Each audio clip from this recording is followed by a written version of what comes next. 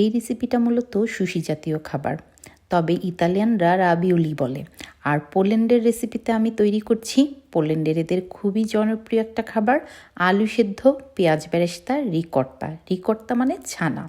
তো এই আলু সেদ্ধ পেঁয়াজ বেরেস্তা রিকর্তা ছানা দিয়ে সামান্য একটু লবণ দিয়ে মেখে একটা পুর তৈরি করে আর আটার একটা ডো তৈরি করে। আটার ডোটা হচ্ছে নর্মাল পানি, লবণ, তেল আর আটা দিয়ে একটা ডো, সফট ডো তৈরি করে এভাবে সুশি আকারে বানিয়ে নিতে হবে। বহু বছর আগে যেহেতু আমি রেস্টুরেন্টে জব করতাম, তখন আমার হাতের দক্ষতা ভালো ছিল, এখন নেই বললেই চলে। তবে আপনারা যারা ডিজাইন করতে পারবেন না, তারা বাংলাদেশের পুলি পিঠার মতো করে নিতে পারেন। আমি মাছের মতো একটা শেপ দিয়ে নিয়েছি, ঝিনুকের মতো কিছু শেপ দিয়ে এই রাবিওলি বা সুশিগুলো তৈরি করে নিয়েছি।